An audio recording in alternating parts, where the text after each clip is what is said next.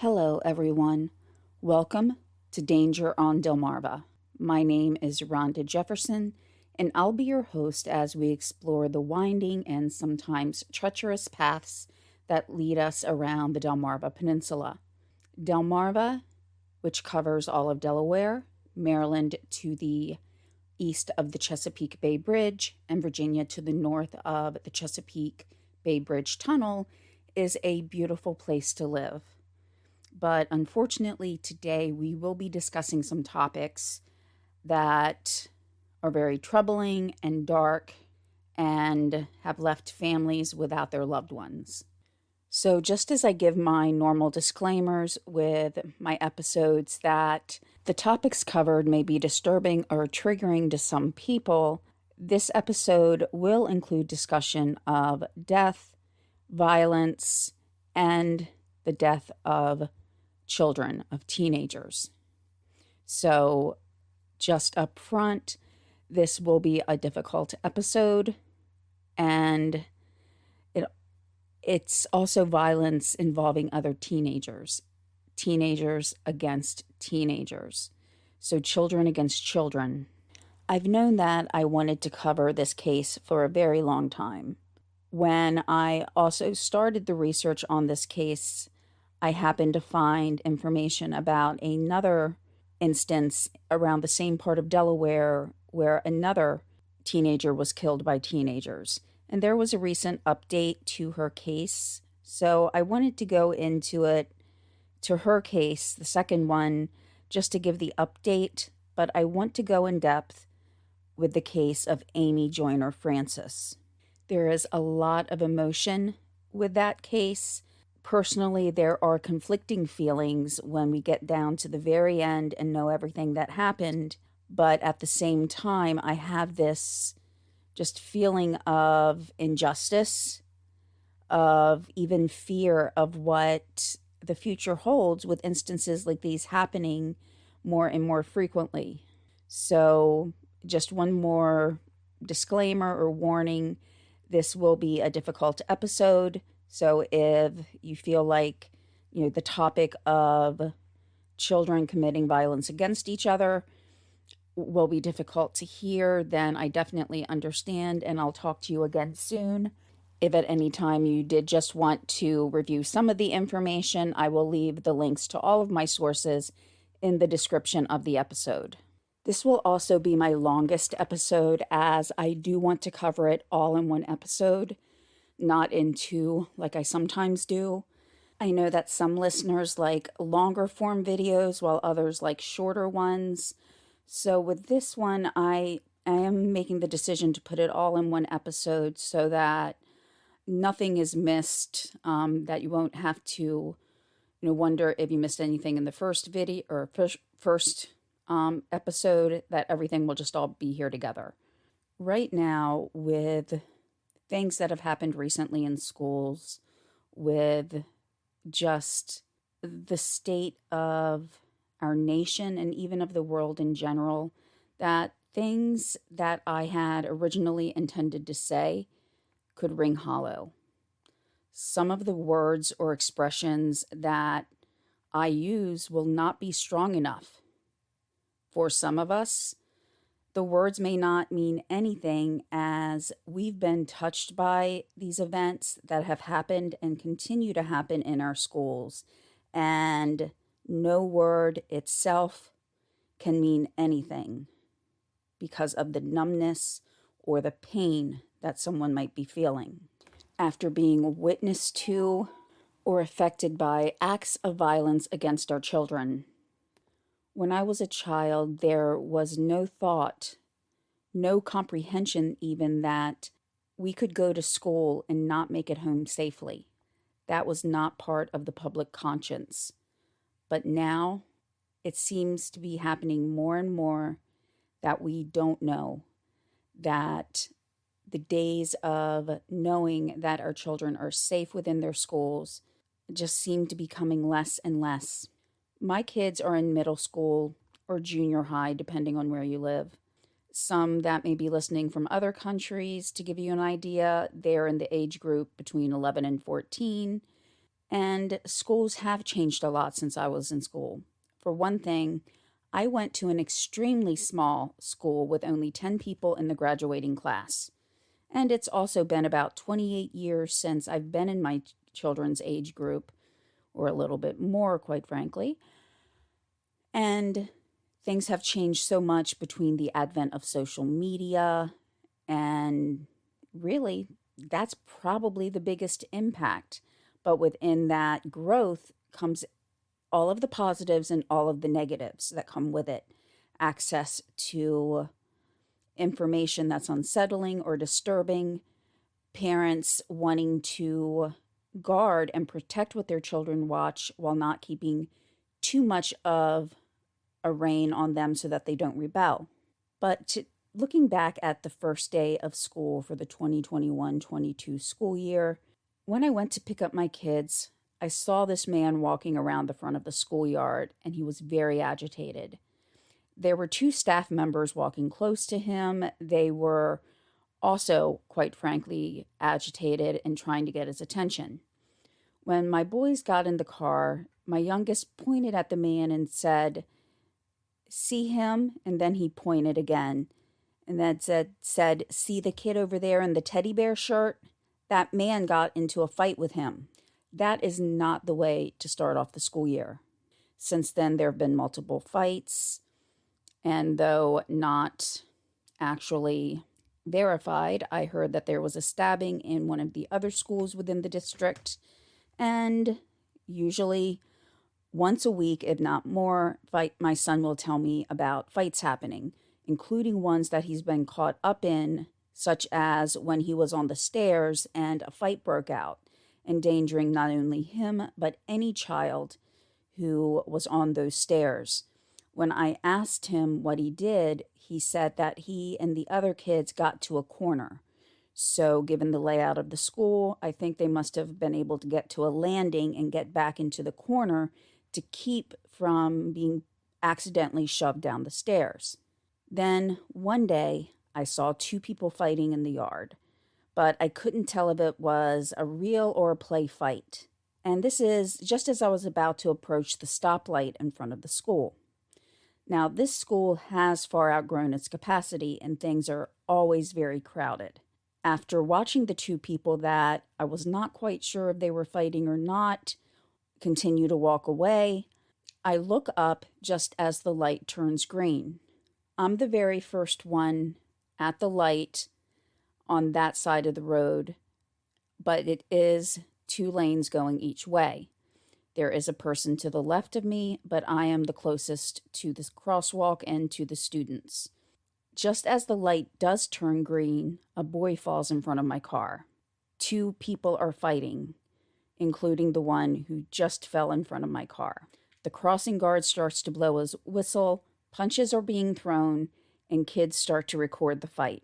Those who are a few cars behind me or further back start to beep their horns for us to go, as they're too far behind to really see what's going on.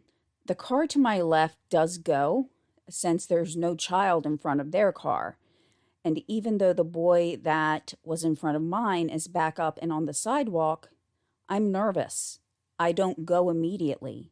I want to make sure that they're done with their fighting and that one does not fall in front of my car or any of those cars that are too far behind me to know that they need to be a little more cautious than usual, to know what just has occurred. So once it does seem that things have settled down, I start to inch my way forward. But I also notice that more and more it's girls who are joining in on the fights. My kids keep telling me about the fights that happen, and one day after spring break, my son points to a girl and said that there was a fight, that she was involved in it, and she just got off being suspended before spring break.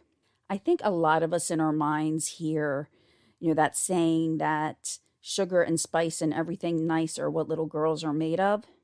And looking at these incidents, I go back to a day where I heard something on the news that just made me stop and think how it could happen so close to where I live. It goes back to the case of Amy Joyner-Francis and how I used to naively think that my biggest worry with sending my kids to school would be if they kept up with their studies and with their grades, but not worrying that they might be injured or worse. As things have progressed, I've thought about homeschooling my children, but my younger son thrives in social settings, so he would miss his friends. My older son is on the autism spectrum and tends to isolate himself, so sending him to school helps with his social skills, and he receives guidance that I would not be able to give him at home. So that night, after seeing the fights, I go home and post to a local Facebook page expressing how I'm worried about our children, and I share some thoughts on how I think we can support them better, that we need to build self-esteem and also conflict resolution skills. And then the next day, someone kills 21 people at a school in Texas. And as that comes up on my phone with a notification of a news story happening, I start to wonder if my concern about a fight that happens at the school is as important. The concern about that fight seems so much less relevant in the wake of such a mass tragedy, of all of these young children, of the teachers who tried to save them being killed at what should be one of the, if not the safest institution that there is anywhere to protect our children. But as these thoughts cross my mind, I also think worrying about the individual fights that happen at school, it may be the best time to start looking at those by trying to teach some of the skills that we know to avoid these fights sooner rather than later, that we need to recognize signs that a child may be struggling, whether it be scholastically, mentally, emotionally, or socially. We need to be present and support every child within our community to try to prevent tragedies such as this, whether it be the school shootings that have occurred or these individual fights. And one of the things that I've stressed in the past is conflict resolution, that it seems that a first instinct might be to fight, but a better way to come to a solution is to talk things out, to hear each other out, to show respect. But that's not happening. But Amy, from everything that I've heard about her, was one who would want to step in and try to provide some guidance and try to resolve things before they did lead to violence. So I want to discuss her life, what took her life, and what happened to those who were involved. April 21st, 2016, the day started as most other school days would to so many people in the Wilmington, Delaware area. Kids were getting ready for school, and a 16-year-old named Amy Joyner-Francis would have been preparing for her classes at Howard High School of Technology. This is one of 4 vocational technical schools that are in the Wilmington area. The schools allow students to receive a core education while also focusing on one of 5 areas of concentration that can help aid the student with early classes in their decided line of work, as well as provide a more personalized education. I wonder if while Amy was getting ready, if she had thought about her friend, one that she had been talking to on social media the night before. Amy, someone who was described as kind and giving, had been trying to counsel a friend who was going through some personal issues with a boy. But another student at her school seemed to have taken things the wrong way. So let's learn a little bit about Amy. When I first saw her picture, I thought of the words old soul. There seemed to be a level of wisdom and quiet strength behind those eyes that you wouldn't expect to see in one so young. No, I've never met her, but there's this look that is both serene, yet somehow troubled. Kind, but worried. Like she's thinking about others, like she's trying to take on the weight of the world in some ways by trying to lend help and advice to those who may need it. Amy's friends and classmates said that she was more of a quiet person and that she would be a friend that would counsel you if needed. She was not one to fight, and she would have tried to talk things out with others. On April 20th, her friend was having an issue with a boy, but not too much other info was really provided about those specifics. Amy felt concerned for this friend and told her to, quote, just be careful. And as the evening progressed, other students joined into the social media thread. Then one person joined who thought that the phrase, just be careful, and later how Amy had suggested that someone might betray another person by using the phrase switch up, was somehow about her. Trinity Carr and her friends Zion Snow and Shakira Wright took those words personally. Trinity more so. Little could anyone have known that these few words, meant to bring comfort and guidance to a friend, could be taken by another and distorted, building from rage to a devious and calculated plot. As has been the site of so many altercations in so many different high schools, positioned far away from the gazeful eyes of teachers and staff, a confrontation would take place in the bathroom. Did Amy, Trinity, Zion, or Shakira just happen to meet in the bathroom? Or did someone intend to corner Amy there? From that bathroom, Zion posted a picture to Snapchat. In the picture, Amy looks as though she's speaking with Trinity Carr and that she's trying to settle the situation. To use the words of those involved in the case, diffuse the situation.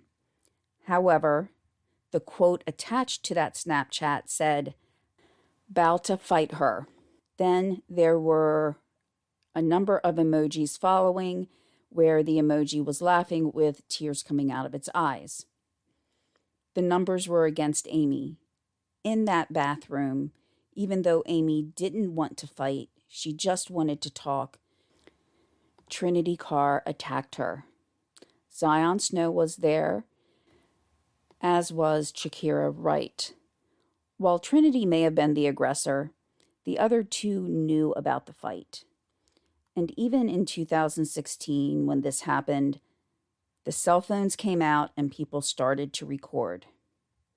And at the same time that I find it abhorrent that someone would film another person's attack, most likely for social media shares rather than trying to preserve evidence, recording did ultimately help in putting together the events that led to Amy's death. In the video, which I will not post here, as I have seen short clips of it when this first happened, those frames, those pictures stick with me. Carr was the aggressor, both kicking and hitting at Amy Joyner-Francis. Amy held her purse, and I have to wonder if she was trying to use it as a shield to protect her head or her torso, holding up a piece of fabric with just normal everyday contents inside as a shield against the advances of a peer bent on injuring her. And Carr landed some punches, and after that, took Amy by her hair and began to drag her. Pulling her into the larger handicap stall, which would provide further protection against interference, Carr used the sink inside of that stall as a weapon, banging Amy's head into it again and again and again. In this process, Amy's fingernails were torn out. And though, according to the autopsy, this was not a result of any actual intent on Trinity Carr's part to pull them out, it was a result of violence that was perpetrated against Amy while she was trying to fight them off. It goes to the state of mind of the attacker and to all of the indignities, pain, and violence that Amy was subjected to. Other students watched, and as Amy fell over, Zion's snow began to kick her. Amy was seen trying to hold on to Carr's shirt as she started to fade, eventually falling over. Her breathing labored. At this point, Shakira Wright, as well as some other students, did step in and try to separate them. It was observed that Amy's breathing was not good, and she was having difficulty and lost consciousness. A state police helicopter flew Amy to AI DuPont Hospital, which was pretty close. This is a world-renowned children's hospital, but they were not able to save her. Now let's stop and think about what's going on all at the same time with everybody surrounding the situation. Were Amy's parents notified by the time she was on the helicopter, or did they know later? Would they have been able to get to the hospital and meet her, hoping that she would hear their voice and provide comfort to her? Or was it too late for that? Had at any point after Amy lost consciousness known what was going on? And that is a question that haunts me. I was once in a situation at work where a young woman suffered a medical event. She didn't make it, but we do have a response team on site, and they worked so hard. And the whole time I was just hoping that she knew she wasn't alone. I hoped that she could hear that people were fighting for her and trying everything they could to help her. Did Amy know that? Did she know that people were fighting for her, were there for her, trying to bring her back? Or was the last thing that she knew that a fellow student was attacking her? The staff and faculty, what were they doing and thinking? They had to maintain their composure because they had other children to think of. Instead of the halls of academia, that building was now a crime scene. There were children in that school. And no, they weren't tiny children too young to understand what death was, but they are still children. And they may have had the recognition that one of their friends had been taken out of the school in a helicopter to try to save her life. And did they know she wouldn't be coming back? I do know that the staff did close the school that day, and Governor Jack Markell reached out to show assistance if they needed to, so that the students could be counseled and to try to meet the needs that all of her friends and fellow students would need over the upcoming days. The students would be having a flurry of emotions from sadness and anger and fear, not only over the next few days, but for a much longer time frame. Gary Fulman, who was the chief of staff to Wilmington's mayor, said, quote, "There was an altercation that initially started between two people. And my understanding is that additional individuals joined in against the one person." Mayor Dennis Williams later added, "My heart bleeds for the family." Word of this altercation and subsequent death quickly spread and hit our small state like a shockwave. And I remember being stunned by this. I think at that time I was still under this naive impression that girls don't fight. That from this point on, that innocence of mine even was gone. It made me think that children really are at risk once they enter those doors and are away from their family and loved ones. Amy's father said, quote, "I think this is a dream and I'm trying to wake up. All I know is my daughter is gone. She was the love of my life and it hurts." He also said, "I thought that schools were a safe place that you could drop your kids off and they would come home after school. But apparently that's not the case with some of the schools now. The children are out of control," end quote. Shock would continue to grow as information started to hit social media. Children had stood around and filmed the event. One person described this act as, quote, "sickening." Of course, then concern about school safety would quickly emerge and come to the forefront. However, Police Chief Cummings said that he did not see continuing violence as an issue at Howard. He said that he'd not been made aware or known of any other issues at the school recently. A witness to the attack was another young woman named Kaya Wilson. She was in a stall in the bathroom when the fight started. Ms. Wilson said she was fighting a girl, and then that's when all these other girls started banking her, like jumping her, and she hit her head on the sink. Initially, Police Chief Bobby Cummings reported that there were 2 students that were being questioned.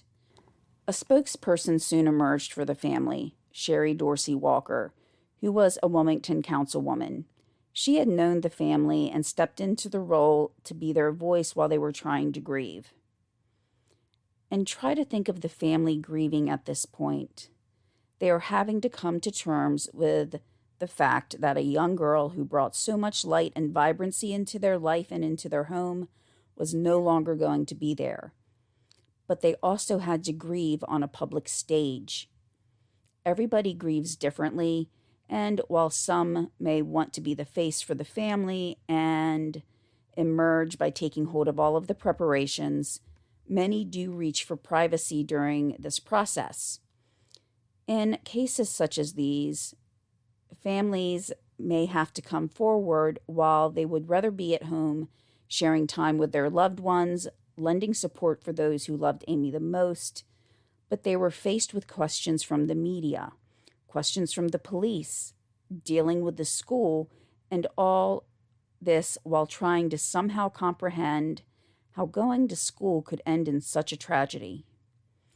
And thankfully, they did have someone who was willing and able to take on that role, who may have been a little more familiar with the processes and could try to help navigate the tiring and worrisome routes that any type of judiciary journey can take you to, even more so when it deals with loss of life.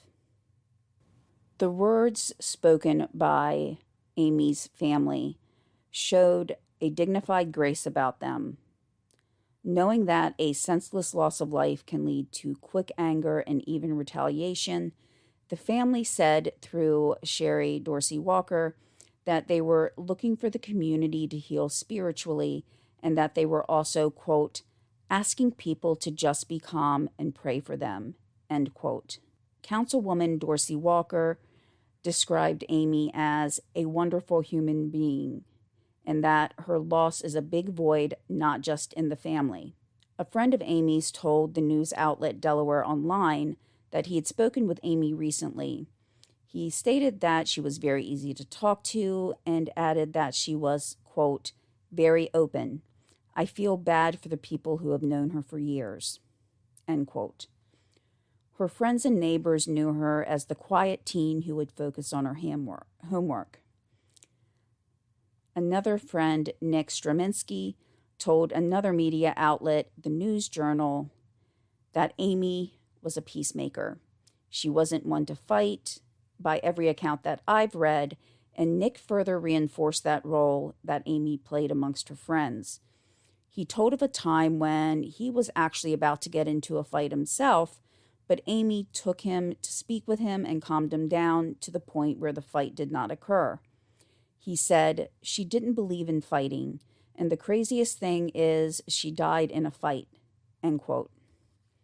Based on his experience with her, he didn't feel that when she entered the bathroom that she thought that there would have been a fight, rather that she would have been able to talk things out with Trinity Carr. So this was not a question of who, but there were many other questions that needed to be answered as this case would make its way through the courts and just not the criminal courts. The initial charges were criminally negligent homicide and third-degree criminal conspiracy for Carr, while Zion Snow and Shakira Wright received the conspiracy charge only. They were released on bail after these charges. Judge Robert Coonan decided that they should be charged as juveniles. Now, this may be a point that some don't agree with, especially as a person died and her attackers were not extremely young children, who did not know that injury could lead to long-term damage and even death. Though, most likely, as young minds are still developing, they may not have been able to understand that completely. The sentences would be harsher in an adult court, where Carr's maximum sentence could have been 8 years. No matter whether the case was going to be heard in juvenile or adult court, the charges reflect that people did not see this as an intended outcome, meaning that even if Trinity had wanted and planned to fight, she did not intend to kill Amy. But there was strong and damning evidence against the girls. Video was shared to social media, and this was a building block of the state's case against them. There was a comment that was described as coming from one of the girls, but it did not state which one.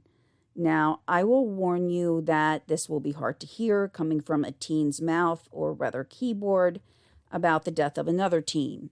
I will also abbreviate 2 words. One, you will know, as it begins with an F. The other begins with an R and is used as a slang against someone who may have learning difficulties. So this was posted, quote, F this R nose having ass bitch, she ugly. We made sure we killed that bitch. Hashtag RIP Amy bitches. End quote. Yes. This personally just makes me have this sickening dread that someone could see what had happened that day and still come back with this reply. The hashtag RIP Amy shows that they knew what the consequences were. And yes, it said, we made sure we killed that bitch. Could that have been hyperbole? Maybe not knowing the situation, but no. This altogether means they know what happened. So whoever made this comment, what's going to happen to them in the future? What will they become? Will their heart continue to just get harder and harder to the point they're not even part of humanity anymore? I mean, this is beyond appalling. On the reverse side of that, you also then have to wonder, is this something that possibly their young mind could not quite comprehend at that time? They were basically putting out a confession out into the world for everyone to see. So thinking about that, you wouldn't expect someone to put a confession on social media, but that is essentially what they just did. So does that mean that their minds, their brains are not quite developed enough to understand what the consequences are? That this is a major piece of evidence that can be used against you and one or more of your friends. Given this information, what type of sentence would be sufficient to reflect the horrific and overwhelming loss of such a young, bright woman? Carr was first to receive punishment in April of 2017. She was found guilty on criminally negligent homicide, which in juvenile court is called delinquent, and also of second-degree criminal conspiracy. As she was being tried as a juvenile, she could be sentenced to the 8-year, or she could not be sentenced to the 8 years in jail.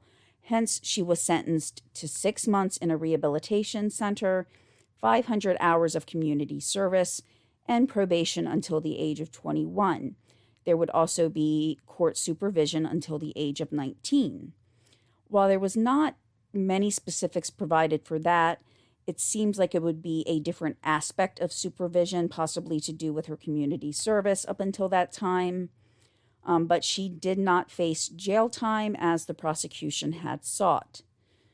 Zion Snow was sentenced to 18 months of community supervision and 300 hours of community service. Shakira Wright was found not delinquent, or as it would be called, not guilty, in adult court, as they did not see that there was sufficient evidence against her, as well as the fact that within the video, it is seen that she attempted to get Trinity Carr off of Amy.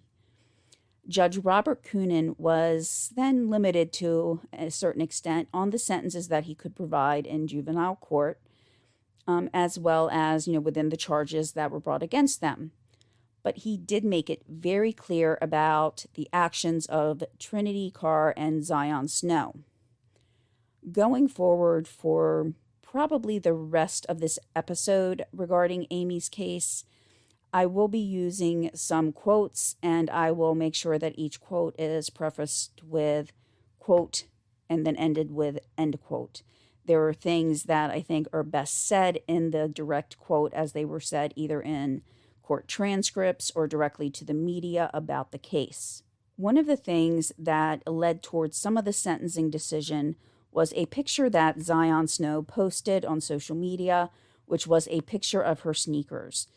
In addition to that, Snow had also posted a quote saying, "We going to get her, she's scared." He took the picture of the sneakers that was posted as a sign of, quote, parlance for preparing for a fight, end quote. So you may be wondering, someone died. Even in juvenile court, why was there no jail time or more time in a juvenile center? That comes down to the actual cause of Amy Joyner-Francis's death. She died of cardiac arrest. The actual cause of death was not internal bleeding due to a punch or a kick or by damage to her brain, anything like that. It was cardiac arrest, which was the result of a, quote, complication from a cardiac and pulmonary condition that had previously not been diagnosed, end quote. A further quote from the medical examiner's report said, quote, sudden cardiac death due to large atrial septal defect with a contributing factor of physical and emotional stress due to physical assault, end quote.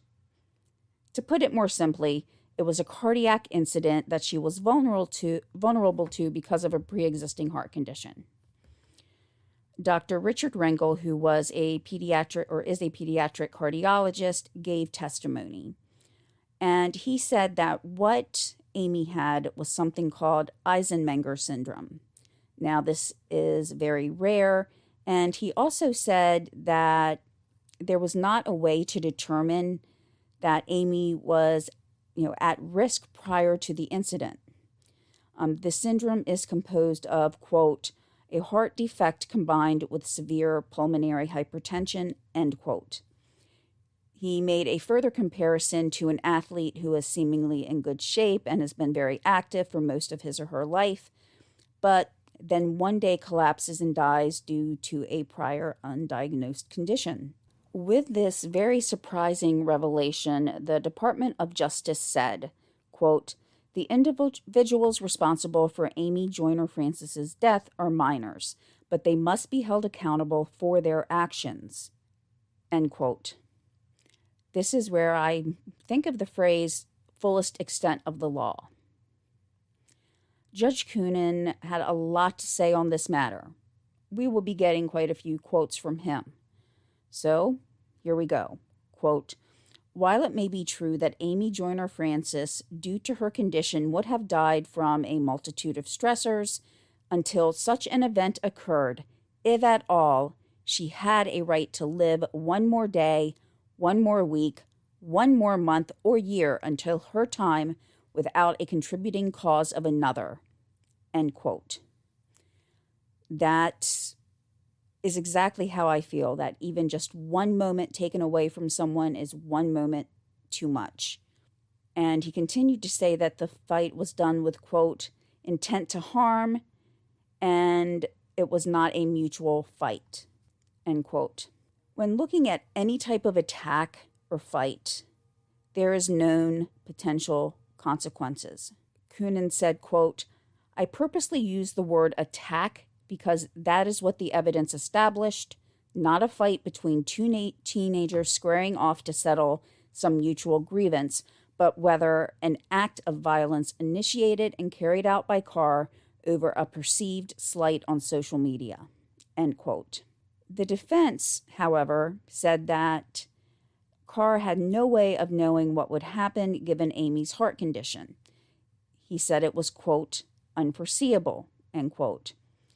Judge Coonan's response included observations that the location of the fight itself could have led to death, such as all of the hard surfaces and corners that are within a bathroom, meaning that hitting Amy's head in just the right spot or just hard enough could have foreseeably led to death.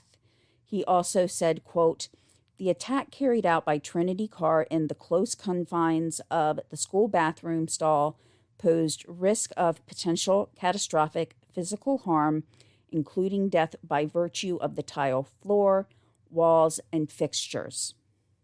Had a death resulted from internal bleeding after striking her head on the floor, would that result in any way change the risk the assault itself created? Clearly, this question must be answered in the negative. End quote. I've also thought about the fact that Carr took Amy into the handicap stall.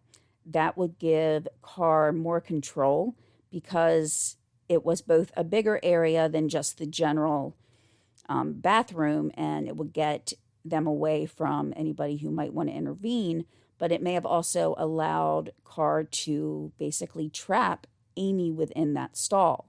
Judge Coonan also used a standard of what he would call a, quote, reasonable person. And he determined that Trinity Carr should have realized that any time somebody attacks another person, the obvious results would be some type of physical trauma. So going back to what he just said, it could have happened by any of the hard surfaces within that bathroom. And when we think of physical trauma, we know that there's a wide range of results, whether it be, minor issues all the way to long-term effects and even death. He called Trinity Carr's behavior, quote, a gross deviation, end quote. So given this information, Judge Coonan decided the criminally negligent legal standard applied to Trinity Carr. The defense, of course, did not see it that way. They said that the incident was just one of many school fights that happened even at Howard High over the last few years. And he also said that it didn't hold up to Judge Coonan's interpretation of statewide statistics. However, Judge Coonan was prepared for this. He had numbers and statistics from the CDC on youth risk behavior from the 2015 or the previous year. In that study, it said that 16% of Delaware high school students were involved in fights, and of those, 3% of females were injured in the reported fights. So, using this information, Coonan did say that, Amy's death was outside of a, quote, reasonable person's standard. Even 16-year-olds have standards. The beauty of statistics lies in the eye of every beholder. Do not the same statistics support the conclusion that 84% of high school students in Delaware do not engage in fights because to do so would be outside of the appropriate standard of conduct for a high school student of similar age? I find that to be the case, end quote.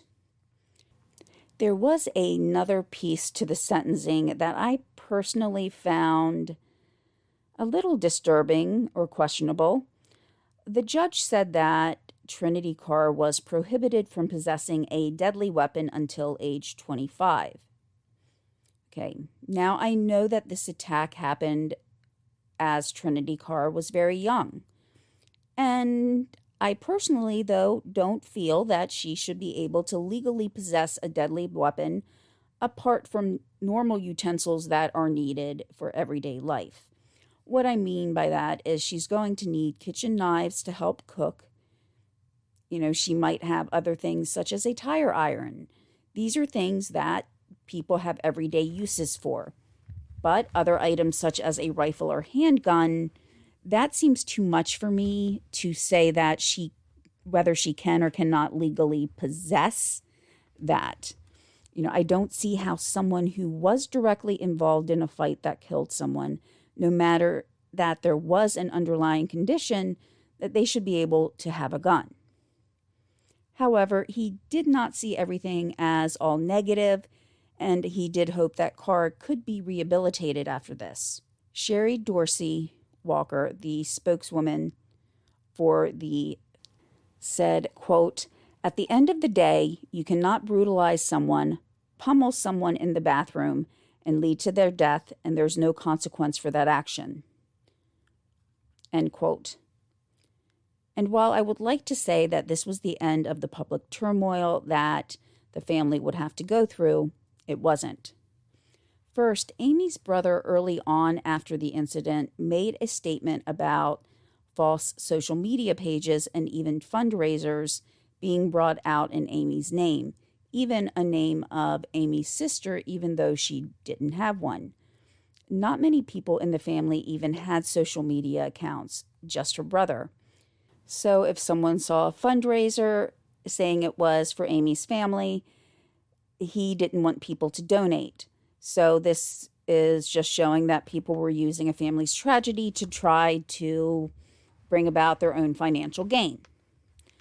But an extreme blow to the family and to everybody who loved Amy, the conviction for Trinity Carr was overturned.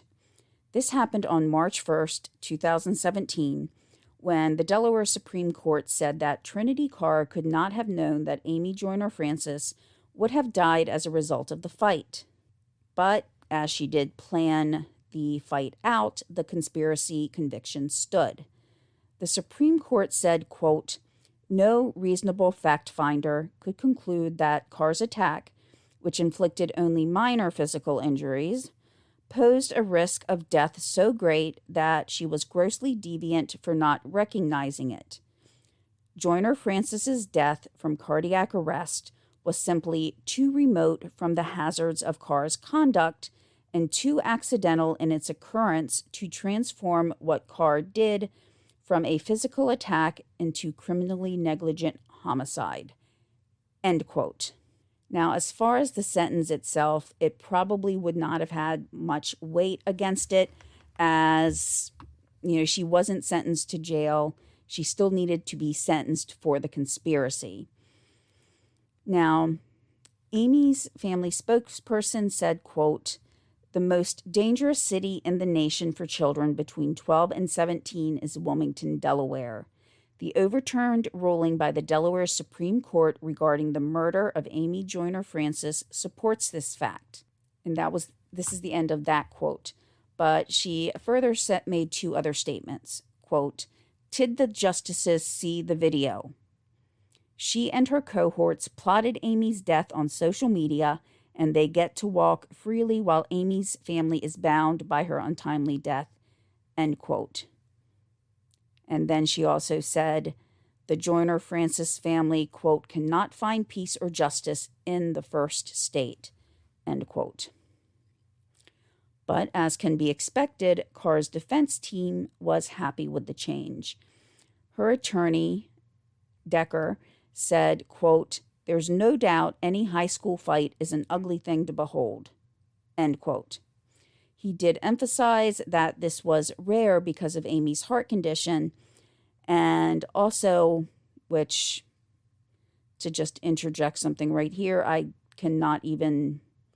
don't know, this quote from him is, I don't even know how to describe it, but here it is, that the, quote, "purpose of the fight was not death, but rather discipline." End quote. I'm just seeing this. Discipline is supposed to be something to teach someone with, not physical violence. So I swear I read that quote like 5 times before I'm like, yeah, this is what he said. But to continue on with some of the things that he said, he also stated, quote, "There's never been a case like this in Delaware and hardly anywhere else." End quote. And there are some things that I do agree with in what he says next, but not to the extent that it would result in physical violence. He brought up that teens can be impulsive. Yes, we can all agree to that, and even a lot of adults can be impulsive. He said that teens face a lot of stress when in high school. And yes, remembering when I was in high school, I thought it was a lot of stress, even though looking back, sometimes it's not as stressful as it is being an adult. But yes, we agree it's stressful. But he also then pointed out the development of a young person's brain. And yes, Trinity Carr is still a child. This, I also understand that her brain is still developing. And he further stated that she did have a support system. She has a family who loves her. She is a good child. She has parents who love her. They are productive members of society. She has grandparents who love her. End quote. They saw this, the reversing of the conviction, as benefiting her in the way in which she can move forward with her life. So the overturning of the conviction, though not really affecting her stay in the juvenile rehabilitation center or, community service, it could benefit her in the fact that if there was a background check, that could come about. But I'm also looking at this as this is a news story that took place in the time of social media, as we could see in the events that led up to the fight, as well as all it will take is just a quick search to find any news articles regarding it as well. Now, Amy's family did have a lawsuit against the Newcastle County Vocational Technical School District, and that was a lawsuit for negligence and deprivation of constitutional rights. They did go to settlement with the school district, so we do not know the actual outcome of that. But I am a little curious about how people might feel about this. Amy's death did not come about because the school knew that there were unsafe conditions. They didn't have a faulty handrail on a stair. They didn't have wet spots or a leaking roof that may have caused somebody to slip. Anything like that. It was in a girl's bathroom. The plan itself took place on social media. So is the school supposed to or even allowed to monitor everyone's social media? Would that be taken as a violation of privacy? So I'm not sure about the school being held responsible for this. Now, if they had done something such as hold off on providing aid, if say Amy had been in there for hours and nobody realized she was gone, things like that, or if there had been a lack of security or a breach of security protocol, then yes. But something like this, it occurred during the course of what should have been a normal day, in the course of what every student has to do at least one time a day, which is go into the bathroom. There was also a lawsuit brought against Carr and Snow by Amy's family. Now, as an interesting side note to this, Carr's family, who had a homeowner's insurance policy through USAA, sought to use that policy to cover damages or settlements awarded to Amy's family. So, I'm not an insurance expert. I am one of those people who likes to read all of the documents, so I have read like a whole complete insurance policies cover to cover before. So depending on the policy that you may have, there's of course certain things that are covered, certain things that aren't, things that may be covered except certain situations. So just so many caveats and asterisks and notes within any insurance policy. So within most policies, probably all policies, there are provisions for liability and bodily damage. But there are questions as far as the intent.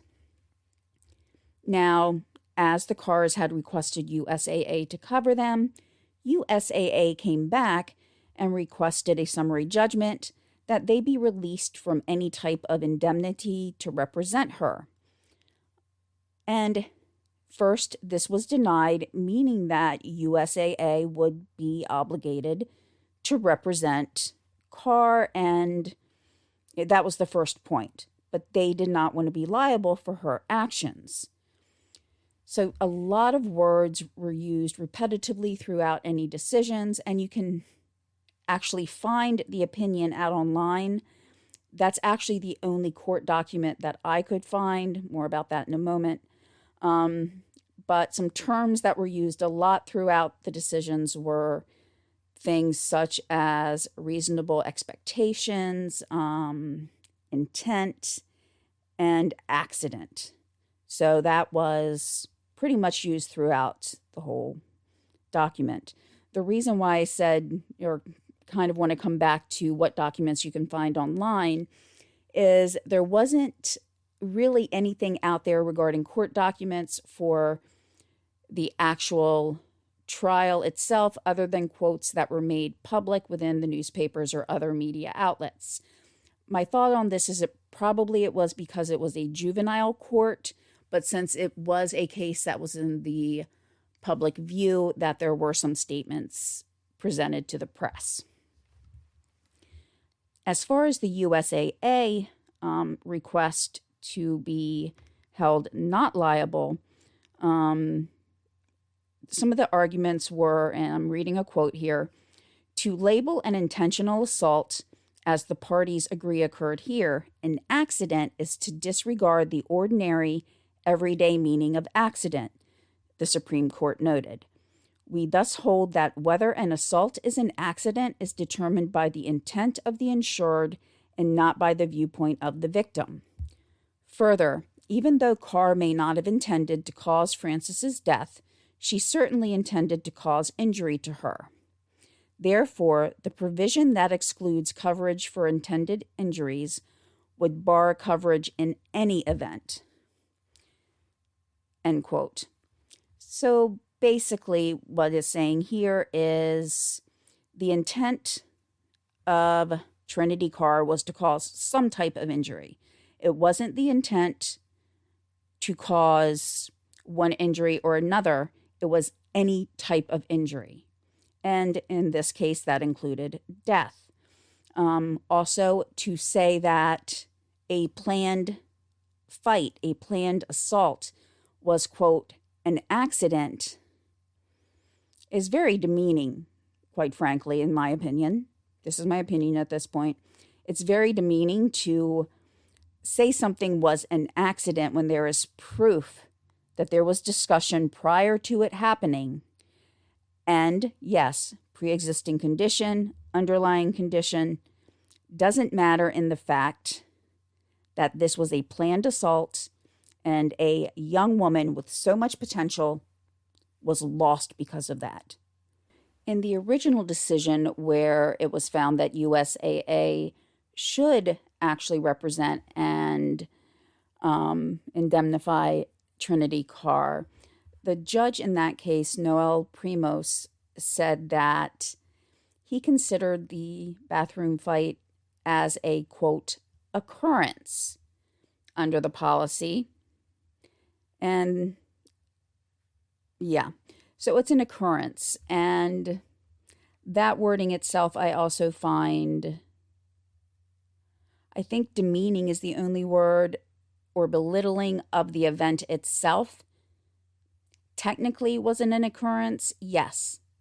But it was a fight, a pre-planned fight, not something that accidentally happened. But one of the reasons behind that ruling, the first ruling, was that Judge Primos also saw Amy's death as unforeseeable, going back to the underlying condition that she had. What was interesting in the ruling was something that Primos himself brought up, saying, quote, on the one hand, there is the well-established Delaware rule that an insured shall not profit by way of indemnity from his own wrongdoing. On the other hand, there is an innocent victim, Ms. Francis, whose heirs and family members would be negatively affected by the denial of coverage for Ms. Carr, end quote. So basically he was saying he understood, I'm sorry, just to cover myself, my interpretation of what he's saying is he understands that someone cannot benefit from something they do themselves. In other words, let's think of it as a car. You're running behind on payments. You have, say, gap insurance where it will cover everything if something happens to it. And you intentionally have an accident where it rolls into a river and cannot be salvaged. In that case, you could get that car paid off, and while you may not make a profit itself on it, you will benefit from not having to pay that car payment. It will help your credit, which is really the profit here, because the car's paid off and you're not running behind on your payments anymore. That's one example.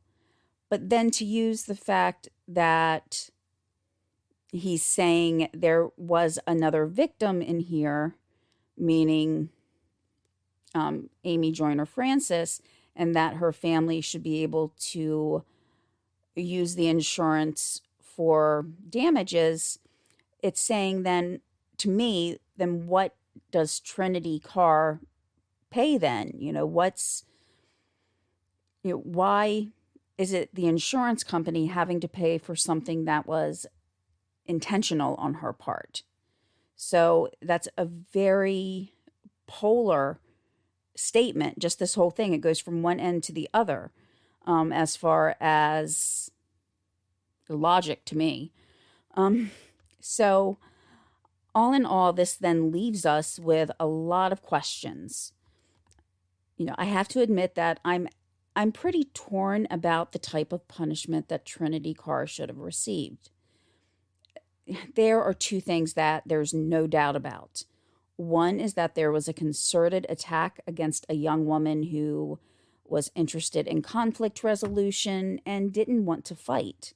The second is that that same young woman did have an underlying health condition that nobody knew about, which would be greatly exacerbated by this physical attack. The argument was used that, yes, in this case it was the physical attack by Trinity Carr, but it could have been anything that led to her death. So where does the responsibility lie? Should Trinity Carr be held completely responsible for Amy's death?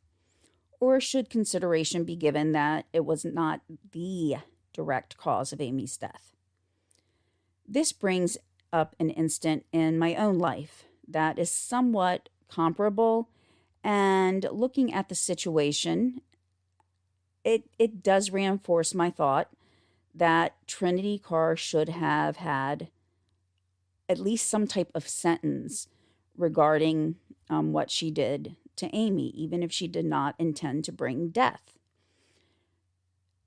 When I was much younger and I was dating someone, he came over one night, and just from the time I opened the door for him, I could tell he was very distracted.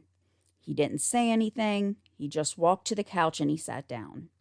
So I asked him what was wrong, and he told me his aunt had died. He told me that his aunt, who was quite older, was driving on a highway bypass. And it's actually pretty long. It's a very high speed or longer stretch of highway that we have around here. So he said his aunt was driving in one direction on that highway, and the speed's at least 65 miles per hour there. There were some other young men who were visiting the area, probably the local beaches, or my thought, and were driving in the opposite direction of my boyfriend's aunt.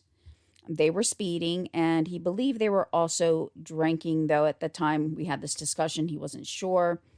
In between the highway was this large grass median, and the driver of that car, going at a very high speed, hit the grass and literally projected or flew onto the other side of the highway.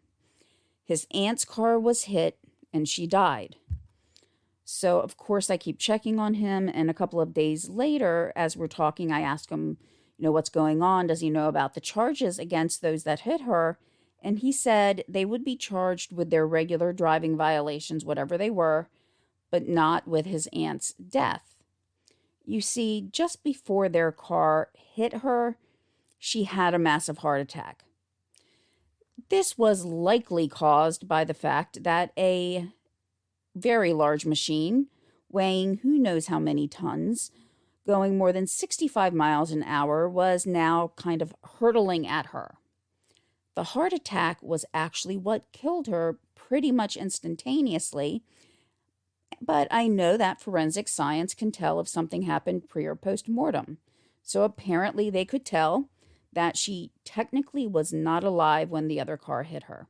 I mean, I know that death would have had to have been instantaneous, but I'm thinking if not for having this car hurtling at her, she would have had who knows how many weekends to spend with her sister, holidays to spend with her family, or, cooking and sharing memories. But she didn't. And I was angry, and I know he was incensed. But those that hit his aunt's car did not pay for the actual death, just the violations that led up to it. So if we look at it in this case of a drunk driver, and that is something that, of course, is also, it's prevalent. We hear cases every day of people being killed by a drunk driver. Or, like I said, at the time, he wasn't exactly sure. And really, after our last conversation, I kind of dropped it because I didn't want to upset him. So I do not know for sure if they had been drinking, but regardless, they were driving recklessly. And driving recklessly could lead to, events such as an accident. And in my opinion, they should have been charged with vehicular manslaughter. So that's my thought. But looking at it from that standpoint, you might think, well, they didn't actually plan to hurt anybody. At the same time, they knew that getting behind the wheel would cause some, or could possibly cause someone's death. So using this example, wouldn't Trinity Carr, knowing that she was attacking somebody, knowing that she had someone cornered with even hitting Amy's head against, the sink, that could lead to severe injury up to and including death. This was not unplanned that possibly Trinity and Zion saw Amy in the hallway and just on the spur of a moment followed her into the bathroom or anything like that. They had planning. They had the night before and that morning to think about what they were going to do. There was evidence that they had planned. With that much lead time to think about the consequences of what they were going to do, with also seeing the video evidence, seeing that Trinity was hitting Amy's head against that sink, it would be obvious that the results could be anything from, physically scarring Amy as far as cuts, around her head and her face, to brain damage and even death. Amy was a young woman trying to lend support to a friend and what I would probably consider wise advice to be careful, and her life was taken by someone who had so much rage that they took it out on a kind, compassionate young woman. It's at this point again that I take pause and I look at Trinity Carr, and I have to keep thinking about her age. The brain does not develop completely till approximately the age of 21, or even older.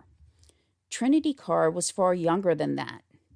Was there still enough time for development so that she can get past what she's done? And again, that leads me to another question. A lot of people use a phrase such as saying, that person will have to live with what they've done for the rest of their life. That's true, but we then have to wonder, what does that mean to that individual? I don't know Trinity Carr. I know that in pictures or brief news videos that I've seen of her, at least in those circumstances, she does not seem contrite or remorseful. In my mind, I am playing back and forth. I have those two little, I just kind of have this conversation back and forth with myself of someone died, a young woman who did not participate in the fight, who did not want to fight, died, while at the same time knowing that Trinity Carr hadn't even really begun life herself, that she was young. She's not old enough to vote. She's not old enough to legally smoke. She's not old enough to legally drink. So, what can we really say should be the responsibility? When I also see the pictures of her and wonder if she is remorseful, I also have to think that her attorneys may have said, don't lose your cool, don't show emotion, don't say anything, or, that type of advice. Was that why she didn't seem to show any emotion? And while she did conspire to attack and fight Amy, there's no actual evidence that she, conspired to kill her. I also feel that the fact that so much information was put on social media beforehand shows a lack of that brain development. Though granted, there are some pretty short-sighted and stupid people out there who broadcast their crimes on social media, I don't think that's something that I would apply in this case. I don't think they would have been broadcasting their intention to fight if they thought it would lead to someone's death. And even though at least one person went online and made comments to some extent celebrating Amy's death, I think all of this goes to show that the brain development was not there to really comprehend what was done, and that, Amy had actually been killed. So even if Amy did not have that underlying medical condition, I do also keep going to the fact that at any point in time, Amy's head could have hit that sink, or she could have fallen back, and just as quickly she could have died. I think some of us might, be stuck in a loop about how we think about this case. There is probably 90% of me that thinks Trinity Carr should have served actual jail time. But I'm also a person who thinks there should be more jail time with rehabilitation, whenever there is some type of physical altercation.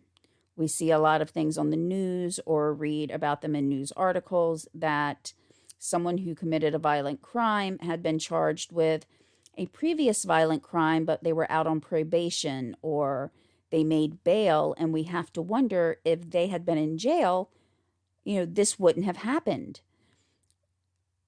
It does also bring me to rehabilitation and guidance for our youth. And I will talk about that a little bit more at the end of this episode. There is that 10% of me left that wonders, would it have really done any service to Trinity Carr to have her serve 9 or 10 or 12 years in jail? Given her age, those would be really years that she's developing herself, that she's becoming an adult and starting to contribute to society, if she does. But she would go to college. She would start a career. And by serving jail time, that would have all come to a halt. And going into the workforce and into school after she would have gotten out may have been much harder for her. So could this be something that she can learn from and maybe even work towards helping others, working with maybe children who have anger issues, or recognizing signs that, a child may need a little more support or a little more guidance? But then Amy didn't get that chance. She didn't get a chance to start a career. And so that's why I think this will just keep going back and forth in my mind for eternity. With pure emotion as a mother, I say that Trinity Carr did not get the punishment that she deserved. Also, with pure emotion and as a mother, I can say that I think Trinity Carr does deserve a second chance. When our son was first born, my husband and I happened to be watching a show where a former police officer turned her son in for murder. It was the most difficult decision she would have ever made, I'm sure. My husband said that if our child ever committed a violent crime, he wouldn't turn him in. I said I would, and we had very strong opposing views. The reason being is I put myself into the other mother's position. The other mother also would have felt this pain of her child being attacked or injured or even killed, so that even though my child I would love more than anything else on this earth, if I put myself in the other parent's position, I could not, in any good conscience, not turn him in. I'm telling this story because I'm just trying to prove that you can look at things from both angles. And I'm looking at this from Trinity's family as well, that she made a horrible and huge mistake, a mistake that cannot be undone and has left lifelong implication for Amy's family. So I know a good portion of this episode so far has been talking about intent and teen against teen or child against child. And this leads me to a second case, which is still kind of working its way through the judiciary. One person has pled guilty, but this we do know was planned. And I touched on it briefly on a previous episode. It was kind of a mini episode, about some recent events. And so this is an update on Madison Sparrow's case. Madison Sparrow was a young woman who was reported missing in October of 2020 from Newark, Delaware. She was 17 years old, a young woman on the cusp of adulthood. She was starting to gain independence, and she went out with some friends to do some shopping, but she didn't come home. It was found that she had communicated with her ex-boyfriend, and she had been in an area that was defined as the location that Noah Sharp was at. So police did very early on focus on him. He admitted within 3 days of Madison going missing that he had killed her. He was charged with first-degree murder, possession of a deadly weapon during the commission of a felony, and conspiracy in the first degree. His bail was set over $1 million, which to me was too little. Again, I have these little arguments in my mind. One is there's due process. Somebody should be able to participate in their own defense, and at times it's easier to facilitate that if the person is not in jail. I also am a firm believer in innocent until proven guilty, so to hold somebody in jail until the actual trial comes up, to me, is also very hard to deal with, because what if that person is innocent? However, with violent crimes and those against children, you have to look at the susceptibility of those who were the victims, the heinousness of the crime, and in this case, that he actually admitted to it. So, to me, if there had to be any bail at all, $1 million was too little. So this was not a question of if he did it or not, but he still got the bail. I'm probably assuming he's still in jail right now, because that's a lot of money, even if it's a bond, to come up with. But there was another classmate of Madison's, Annika Stalchinsky, and I don't know if I'm saying that last name correctly, but to a degree, with someone who plots out a murder, I'm not entirely too worried about that. She had the same charges levied against her, along with an over $1 million bail as well. Madison's body was found after Noah led them to her. So again, an admission there. And this time there's physical evidence to prove that admission. The family made a statement saying, quote, "It is with incredible sadness that I share this. Law enforcement has found Madison's body. There is an ongoing investigation, and we need to allow them to do their job so that anyone involved can be held accountable.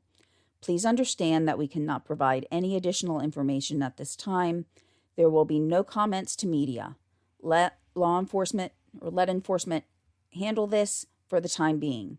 The entire family is processing this and grieving, so please allow them to do so. All the support and outpouring of love has been amazing and so appreciated. Please know that it will be forever appreciated." So again, we do enter the arena where a family is grieving in public for a child that was taken way too soon. Attorney General Kathy Jennings said, quote, "There have been so many times over the years that you think, this is as tragic as I'll ever see, and then another terrible crime occurs. This is the worst kind, where a child has been taken from a mother and father." End quote. So looking at children, teenagers, we need to prepare them for being adults. But in terms of this case, I think we still in some ways, or at least in the past, have looked at high school love in terms of puppy love or high school sweethearts. And while those types of relationships probably do still abound, we've begun to hear more and more stories about young people being harassed, coerced, or guilted into staying into relationships. We've seen these oftentimes escalate to domestic violence. And as with adults, the most dangerous time for a victim of domestic violence is when they are trying to get out of a relationship. So while right now, as Noah himself has not gone to trial yet, we haven't really heard anything about direct, whether it was directly domestic violence, if there was emotional coercion or anything like that. But when something results in death, it makes me think that there were things going on previously as well. And as I mentioned, the death of Madison was planned in advance. Annika Stolchinsky was actually someone that Madison had known for what was said as a period of time. No exact period of time was given, nor was there anything said that would give more of an insight to their relationship and to what kind of relationship Sharp also would have had with Stolchinsky. Madison was a junior at Newark Charter School, and again, she was just coming up to becoming an adult, and she had actually gone out shopping to try to buy a birthday present for one of her sisters. And then she didn't come home. The ultimate cause of death for Madison was blunt force trauma. As Noah has not gone to trial yet, I will preface this with allegedly. So everything that I'm saying is what allegedly had happened.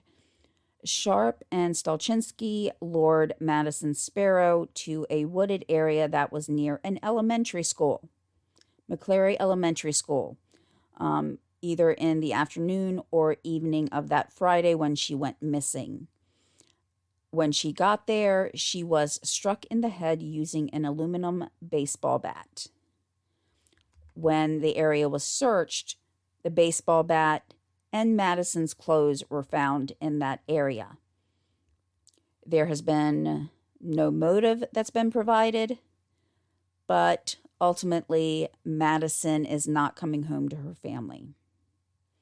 She probably trusted these individuals and, didn't feel unsafe with them, especially if, depending on the relationship with Annika, if they were friends, as well as, being another female, she may have felt more safe. Sharp did also move the body. So while she was found near the elementary school, she was ultimately moved to another wooded area near I-95 and Route 896. And that's like in a different part of Newark. So this was planned. They made a conscious decision to lure Madison into the woods so that she could be struck and killed. Stolchinsky's plea was to first-degree murder as well as conspiracy. Now, she's not been sentenced yet, so that will be upcoming, and when I see that that's been done, I will go ahead and give another update. Now, Noah Sharp, I always find this intriguing that when someone has unequivocal proof that they've done something, i.e., he took them to Madison's body, that they still plead not guilty. I mean, I guess that has to be the tactic. Everybody is supposed to have a fair trial, but I mean, I've never been in this position, nor do I ever intend to be, but it's just going to drag everything out. He's putting her family through this prolonged journey before they get any justice, where they hopefully will get justice. And both he and Stolchinsky will serve an extremely long time in jail. Annika was 17, but even though she is technically a minor, she did actually conspire to murder. That is a difference between Trinity Carr and Noah Sharp and Annika. You know, Trinity's conspiracy was for the fight. Annika and Noah was to actually kill her. So Annika was being charged as an adult, even though at the time she was being held in a juvenile facility. I'm interested in learning more about the motive, even though no motive is sufficient to do anything like this. But what would drive a young man and young woman to discuss killing another young person?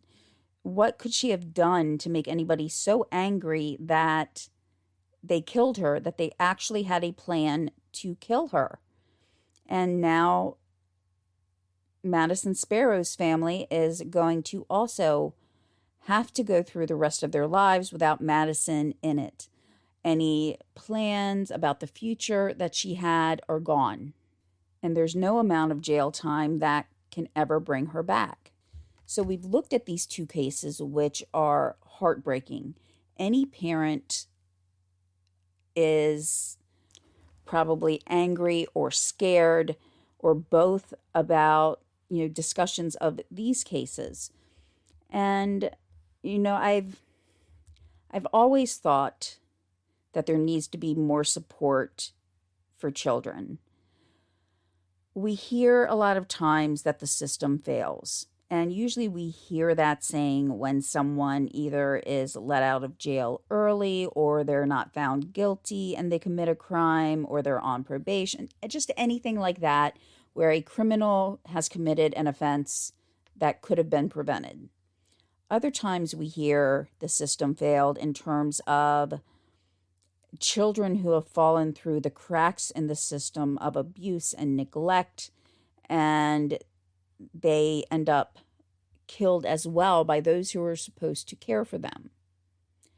But I don't look at it when we say when the system fails, I don't look at it as individual circumstances or individual incidents. I look at it as a whole, saying when as the point in time, meaning as a community, we need to try to build self-esteem within children from the time that they are very young. We need to show support for different activities to build their self-esteem and confidence. We need to be able to mentor and guide them in areas of interest, up to and including mentorships, for those who are interested in different fields of study. We also need to make sure that people have the appropriate tools to parent, that there are resources available if there are different circumstances, such as an unexpected death in the family where someone needs more support, if someone's been laid off or fired from a job, illness within the family. to provide that extra support to those out there who need it. I know that's kind of polarizing as well. You look at things and some people, and I've heard this said before, that, I don't have children in the school system, so why should I be paying taxes towards that? Because it's not an investment in just that individual child or any of the individual children that are going to that school. It's an investment in the community as a whole, in building good contributing members of society, as well as people who learn skills such as the resolution conflict. They learn how to properly deal with emotions that come up. They have mental health support, and that needs to continue to grow. And I know, looking at this point in time, of course, there are kids that are, 7th, 8th, ninth grade. They're older. And even if just by some magic flip of the switch, we could automatically start diverting all of our resources for early intervention, whether it be activities or groups or more counselors in school, we can't just flip that switch and everything automatically go towards those resources.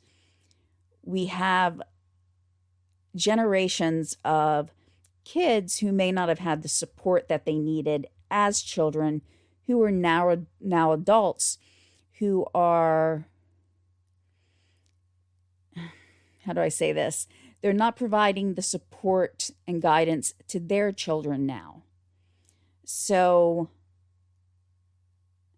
I don't know what happened in any one of the children's lives here, or the teens' lives. Noah, Trinity, Annika, Zion. If there was any sign that maybe there were anger management issues, if there was signs that they needed to talk to someone or go to counseling, I don't know if that was there. But we also don't know, were there the resources there if they had needed it.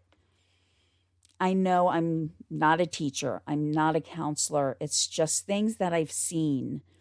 And going back to one of my early episodes, which I re-uploaded a little while ago, you probably heard some of this on that as well, with the case of two brothers who both were convicted of murder, that, and two different murders, it wasn't even the same instance, that, we just need better resources to try to eliminate these types of things happening, so that we don't dread sending our children off to school.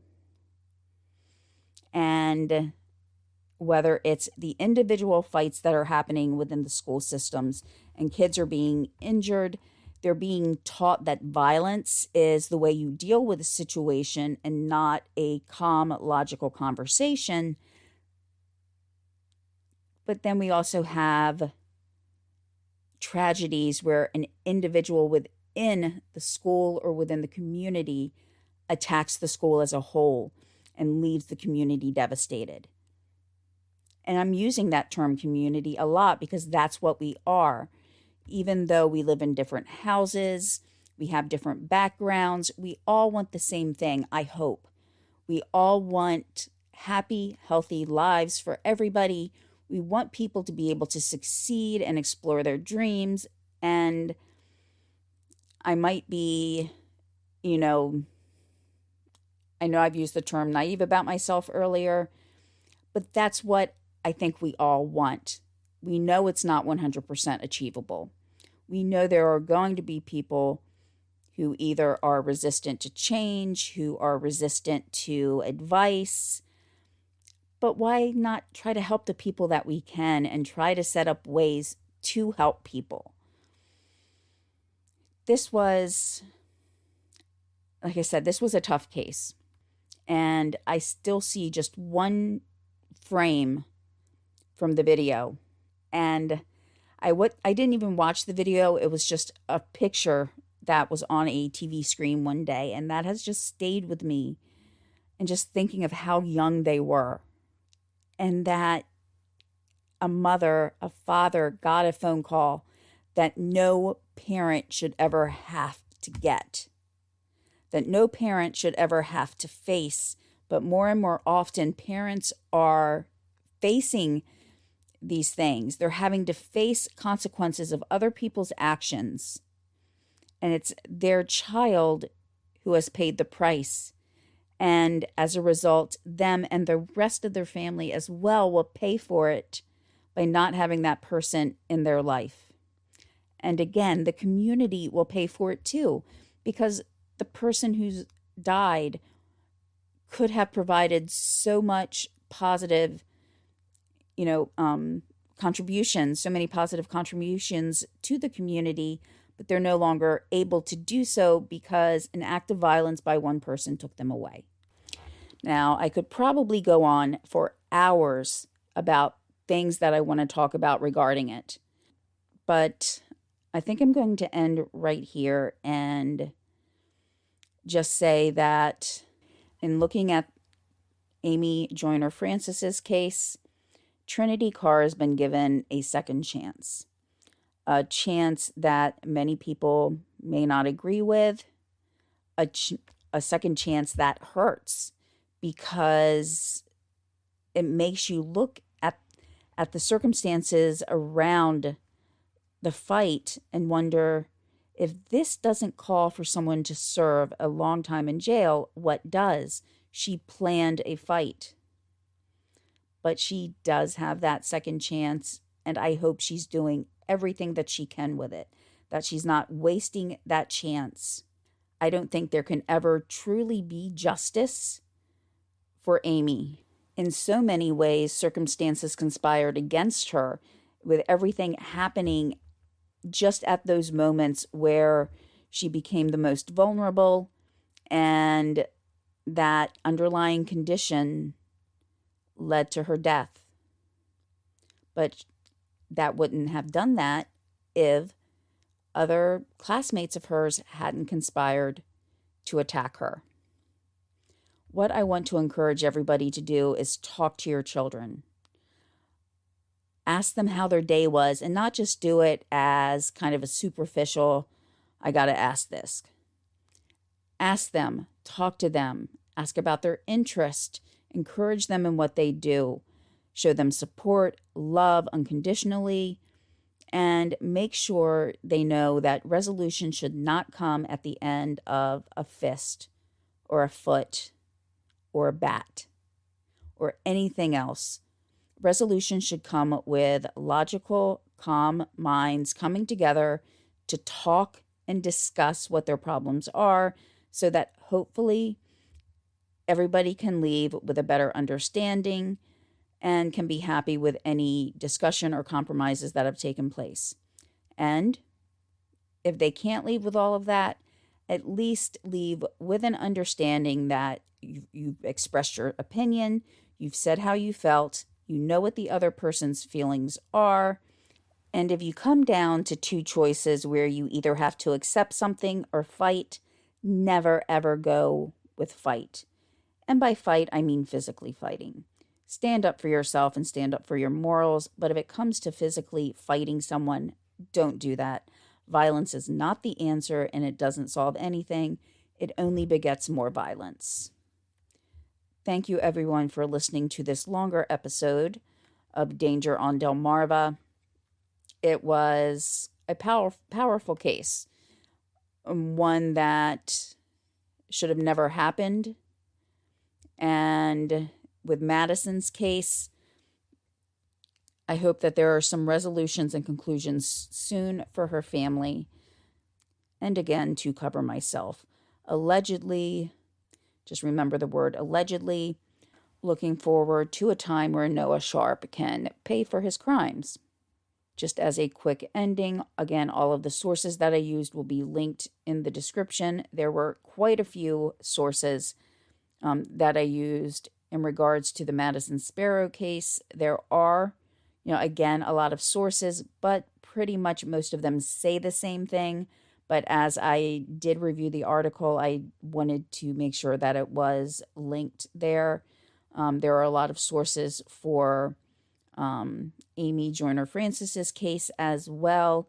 And again, there is a lot of repetition in there, but at the same time, I think each article does bring a little bit more to the discussion. So they will all be in there. My contact information will be in the description as well for this podcast, as well as my other one, Mystifyingly Missing, True Crime and Thought-Provoking Events.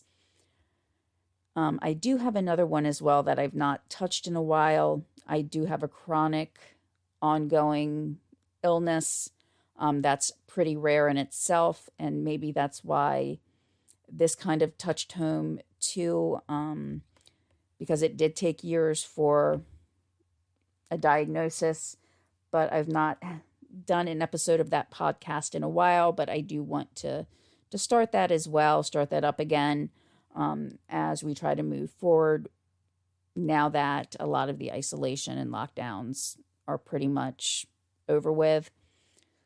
So all of that will be linked in there. And I hope that everyone found this episode informative. Maybe it can open discussion with your children. But I will talk to everybody soon in about 2 weeks. And until then, stay safe.